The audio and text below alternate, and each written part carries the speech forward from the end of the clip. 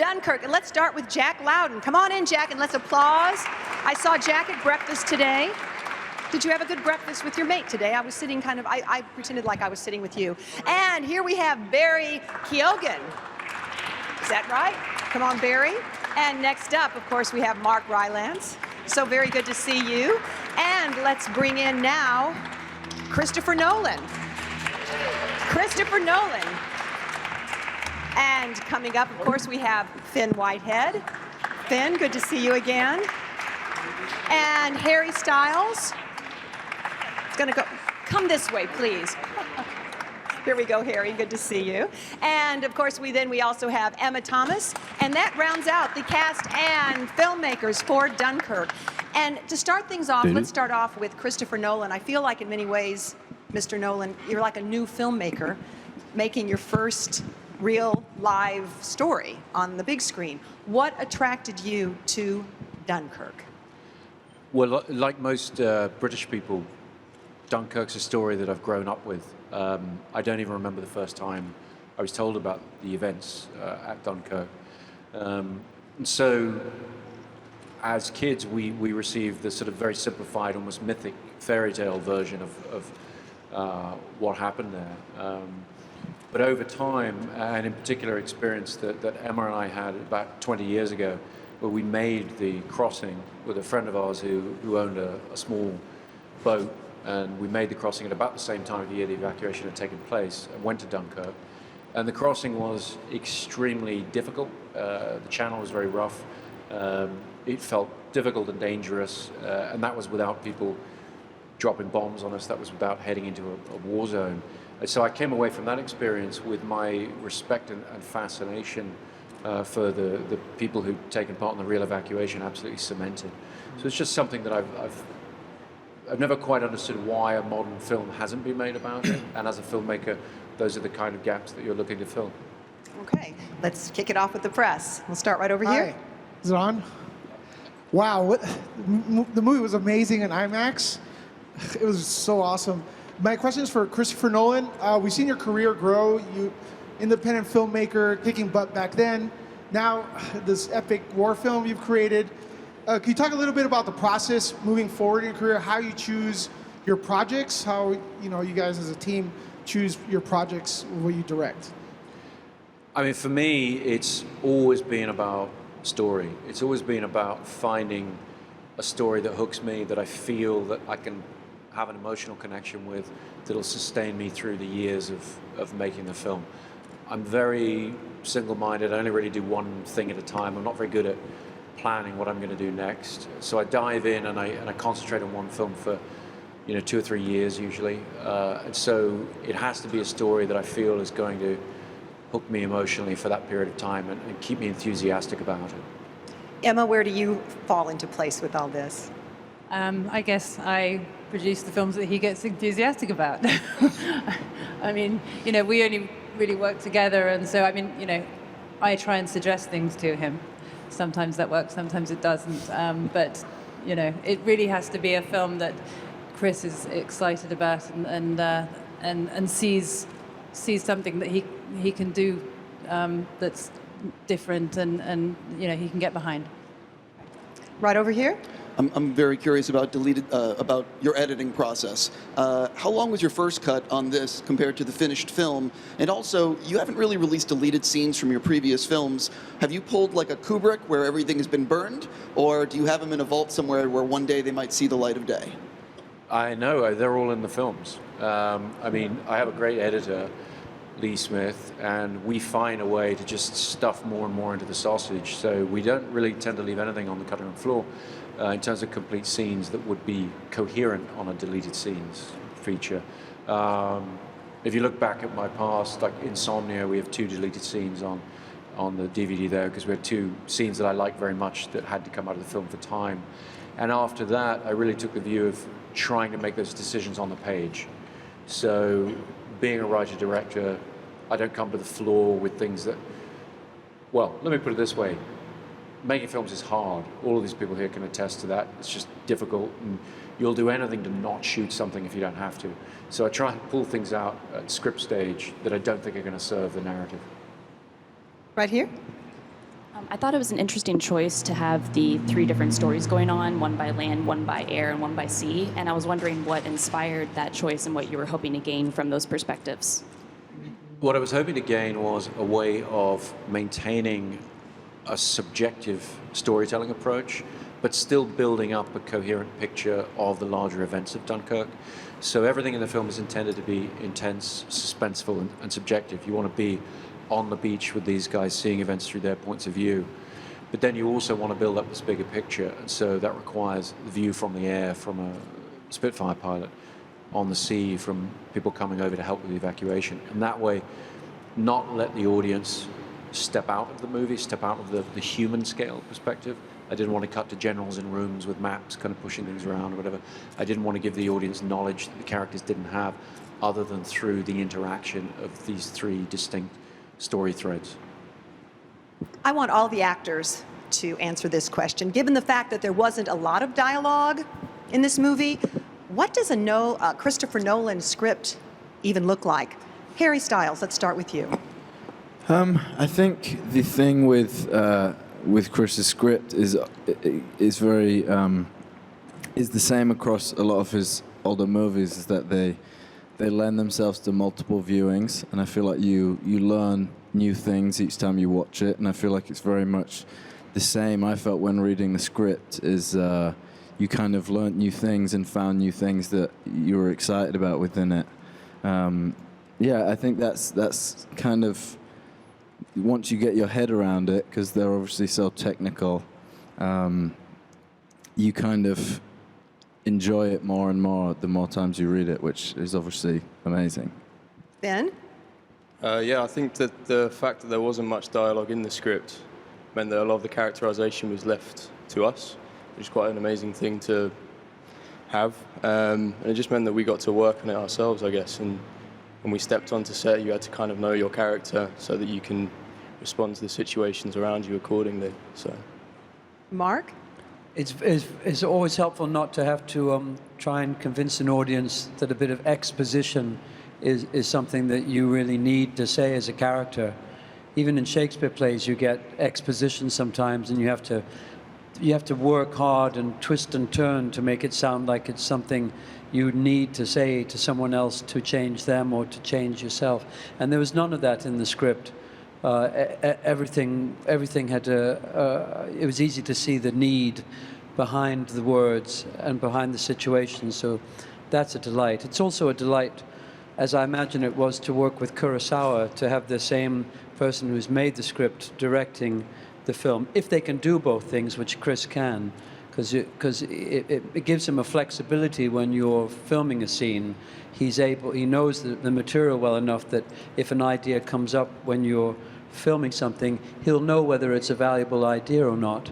And always things happen in front of the camera that are not prepared for. So you want to have someone in charge who's strong and knows what they want to do, but's flexible about what's happening in the present moment.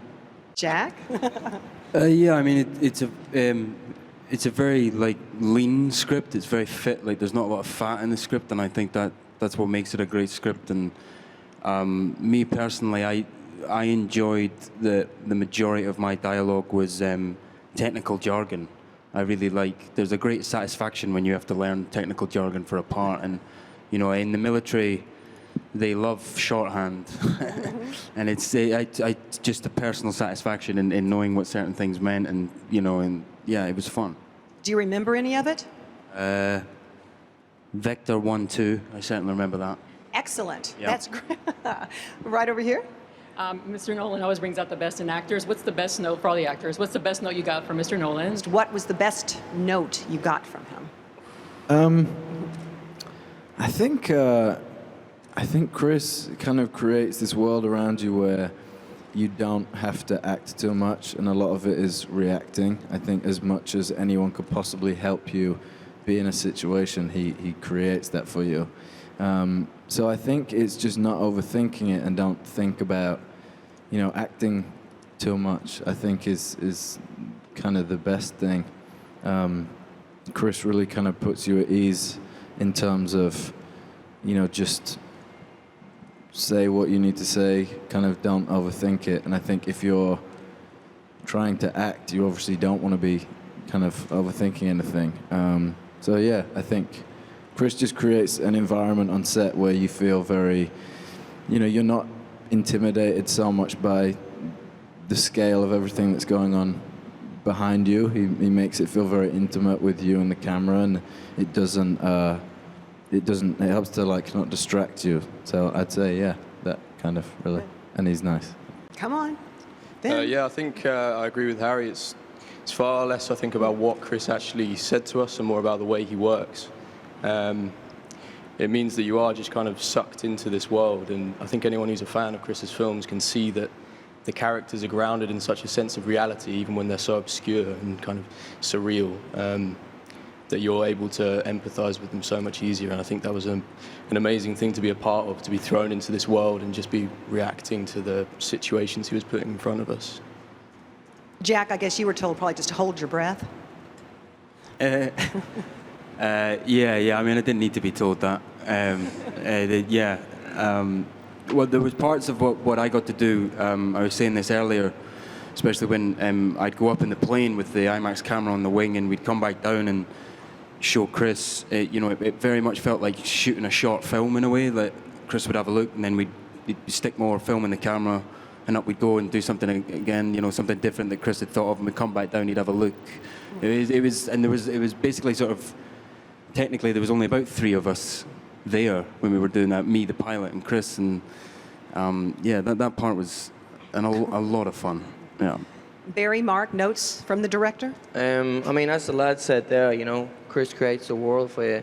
I've not been on a film before where you have Spitfires come over you, battleships to your left, right. It's you don't have to act. I mean, it's fun. It's what I mean.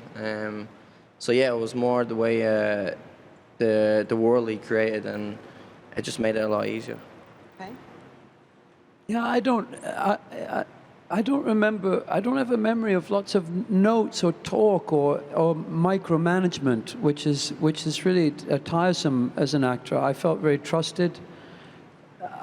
Sometimes in modern films, the director is 100 yards away in a tent, hopefully not playing on their Game Boy, but watching. But seriously, I have been in films where you're not sure the director's even watched what you're doing. But on the contrary with Chris, he felt very much there with us. And Jack was reminding me that at times he would be rocking the boat behind the camera. You didn't feel him just there physically, you felt him there emotionally with you, and very observant to what was organically happening between the 3 of us, Tom Glencarney and I, and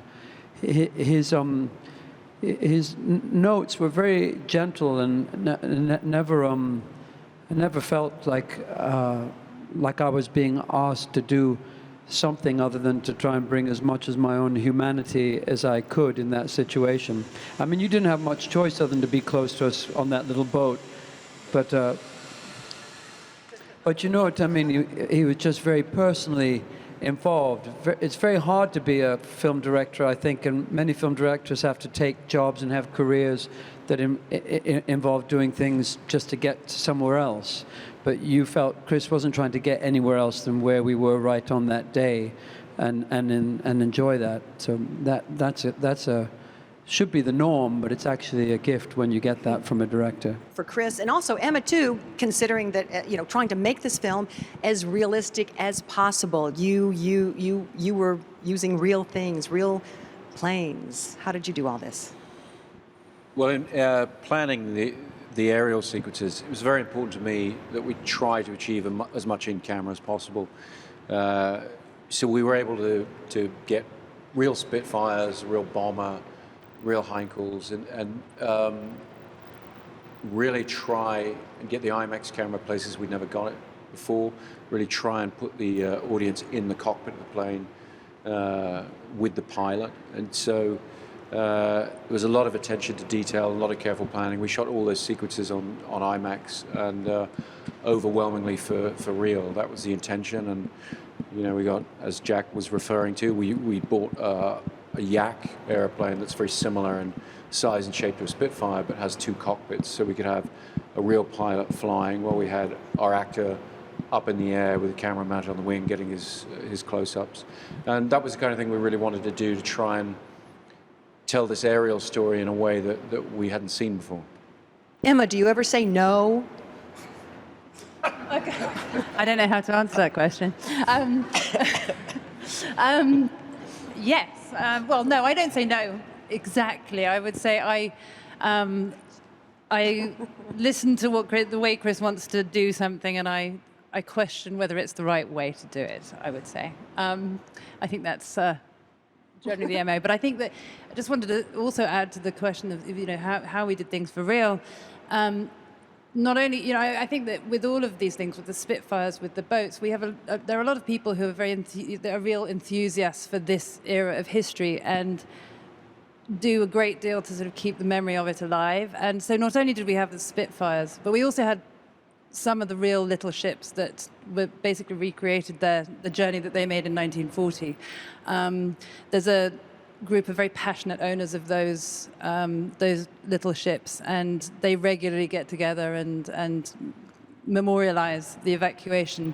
And we had some of them come to Dunkirk, which was an incredible thing. And I think that it really helped all of us to sort of tell the story in a very authentic way. Stephen.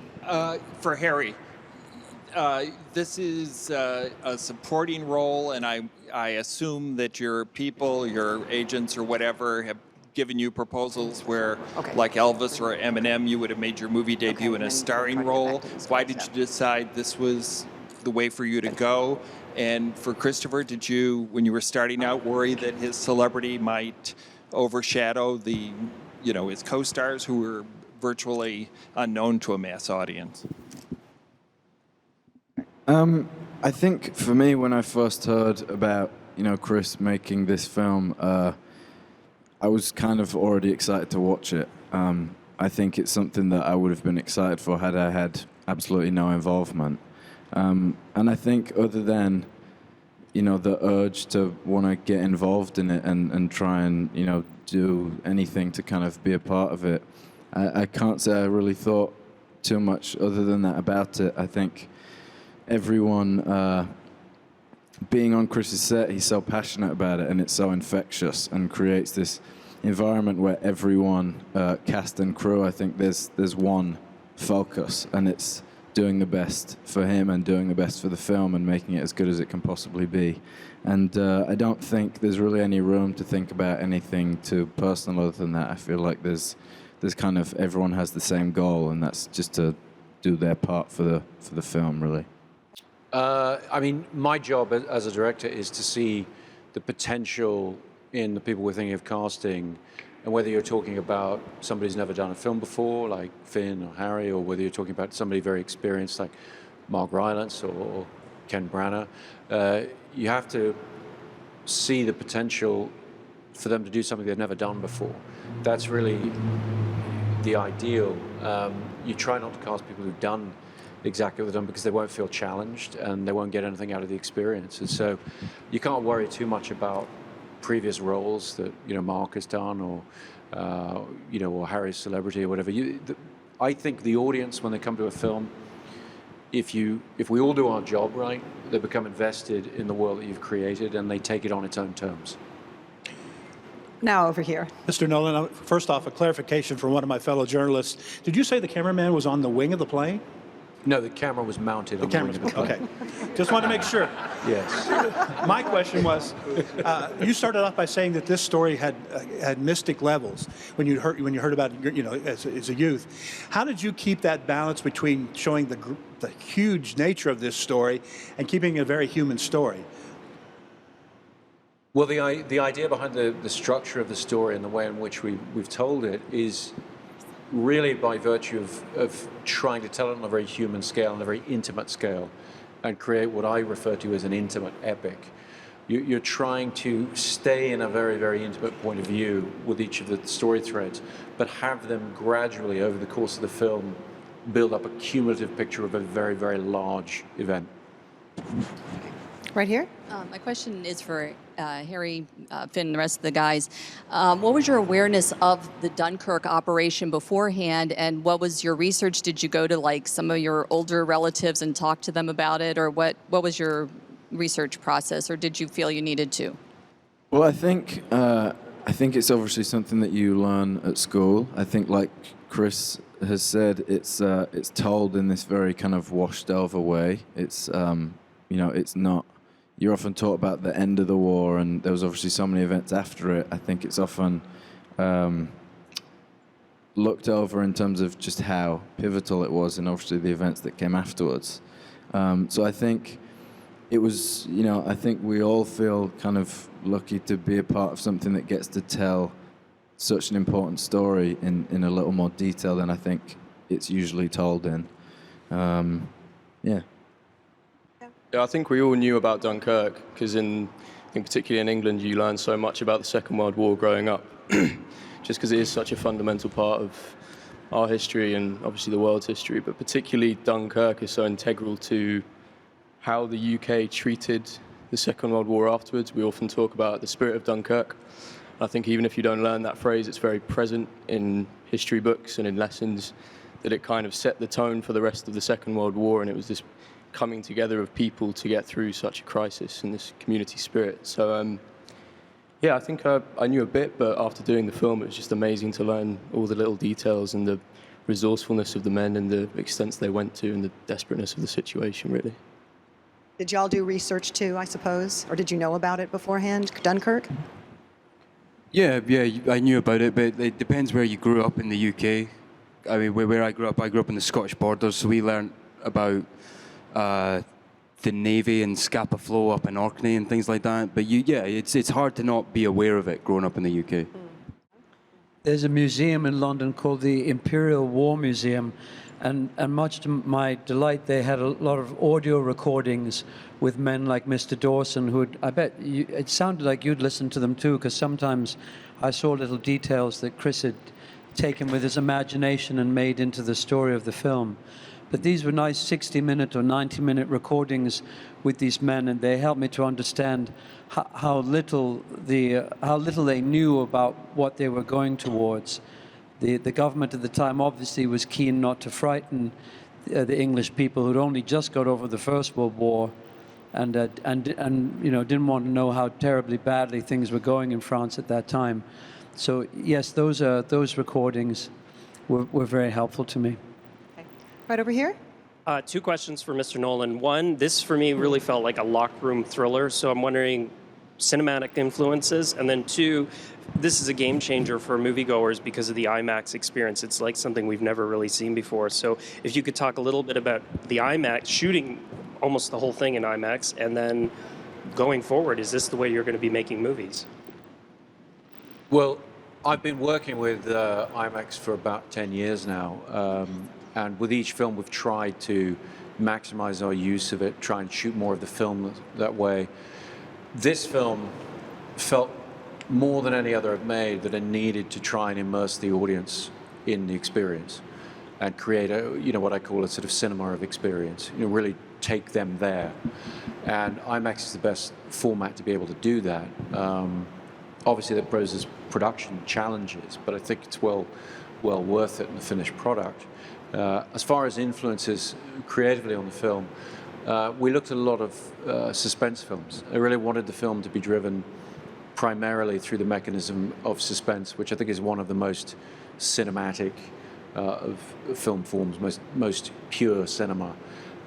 So we looked at Hitchcock, we looked at various influences. I think the one I would point to most is probably Clouseau's Wages of Fear, which I think has a very, very distinct, influence on various aspects of the film. But I like to cast a pretty wide net in terms of films to show the crew before we start. We looked at a lot of different things. We looked at some David Lean films for the treatment of landscape. We looked at Ryan's Daughter, the treatment of the beaches in that extraordinarily visual film. But I think Wages of Fear was the one that we most sort of honed in on as that language of suspense. Right over here. Yes, my question is for Harry Styles. So how did you, making your debut in a Chris Nolan film is so impressive. How did you prepare for your role, and what did you learn from your fellow cast members? I think being on a set like this, it's hard to not just be always learning. I feel like being around people that you're a fan of just feels like a privilege. I think you try and soak up as much of that as possible. I think Chris has, like Mark mentioned earlier, Chris has this way of, he's not really controlling you, and I think it gives you a confidence to kind of be as natural as you possibly can. You never feel like you're trying to kind of hit too many notes at the same time. He never has you overthinking stuff. And you know, I've just felt very lucky to be on, you know, the set of a man that I'm personally a fan of his work, with a group of actors who I'm also a fan of their work too. So I just felt very grateful to be involved, really. When you hear these planes, do you all feel like you should duck or something? I mean, just is it kind of a... I thought it was a sound effect like yesterday when we were doing interviews. I really did. You'll never think of planes or anything the same way, I'm sure. Right over here? The evacuation or miracle of Dunkirk, it evokes something different in everyone. I want to know what it evokes in you collectively, and why you want to tell this story. I'll go first so that no one steals my answer. For me, I think what it really is about, when you think of the Dunkirk spirit, when you think about if the story has a particular meaning, I think for me it's about communal heroism as opposed to individual acts of heroism. I think it's about the cumulative effect of small acts of human heroism and what we can achieve together rather than individually. I would say I think it's very much about communal heroism and how these small acts can obviously lead to, yeah, thank you. Does everyone agree with that? Okay, Yeah. good. We'll go on to the next question. I actually have something okay, to add to Emma, that. yes. Because I think the thing that I love about this story is the fact that it's a reversal of the traditional roles, right? So, you know, normally we're used to watching any film that involves war or the army. You know, they are the heroes and they come in and they save the day. And I think that what's incredible about the evacuation is that it was the regular people. It was the ordinary people who came in and completely reversed things and changed the course of history. So that's what's interesting to me. Okay. We're getting tight on time. We've got one question over here, and then we'll have one last question. So right here. Hola. So one question. Yes, of course. Mr. Nolan, as I'm sitting in the theater and I'm hearing the clock, it's just maddening and exciting at the same time. I was wondering if you played anything to that effect for the actors. No, not on set. I'm not really a fan of. Well, let me put it this way: our set was complicated enough without trying to introduce the element of playback. But the planning of the relationship between the musical picture started in pre-production before we ever started to shoot anything. And so I had it on headphones sometimes, and I had it with me. And the genesis of the track is it's a recording I made of a watch that I own that I gave to Hans, and we started to develop a rhythmic language of how that would build up the score from there to fuse with the picture and create a sense of forward momentum for the whole film. Last question, Cindy. For Christopher Nolan and Harry, could you talk about physically what was the toughest scene to film? And for Mr. Nolan, what is the one scene that gets you the most in this movie, if you have a favorite? How was it for you physically? It's great for me physically. You should answer that one. It was terrible for me physically. I think the thing was that everyone on set was incredibly aware of how obviously anything, however tough it got for us, it was nothing compared to what was happening. And you know, I think the focus that we all had to kind of do our jobs to try and be a part of telling the story, there wasn't really any room for personal discomfort or complaining. It's also impossible to complain on a set where your director's going through the exact same thing as you. He's, you know, like Mark said, he's not in a tent. He's in the water with you. He's in the sand with you. He's cold. He's the first one there and the last one to leave. And I think it's, if anyone kind of thought about complaining, they kind of were like, yeah, I might not do that actually, because... I mean, it's a little bit, sometimes it's a little bit awkward to talk about my own response to the film we've all made, but I would just like to, I mean, I think for me personally, there's a very small moment, this little look that's exchanged between Mark's character and Tom Glencarney's character at a key moment. And it was something that I overlooked, hadn't even included in the script in terms of the response to something that happened. And Mark had sort of pointed it out to me, and very much worked with Tom and with Barry about what would be happening outside the terms of the script, what would be happening between the scenes that I'd actually written. And what that produced was something that you dream of as a director when you bring on great talents like Mark, like Tom, like Barry. You're hoping for moments that you didn't anticipate that actually come to define a particular part of the story, and that's what that is for me. July 21st is when Dunkirk opens. Thank you all for your Thank time. you so much. Dunkirk,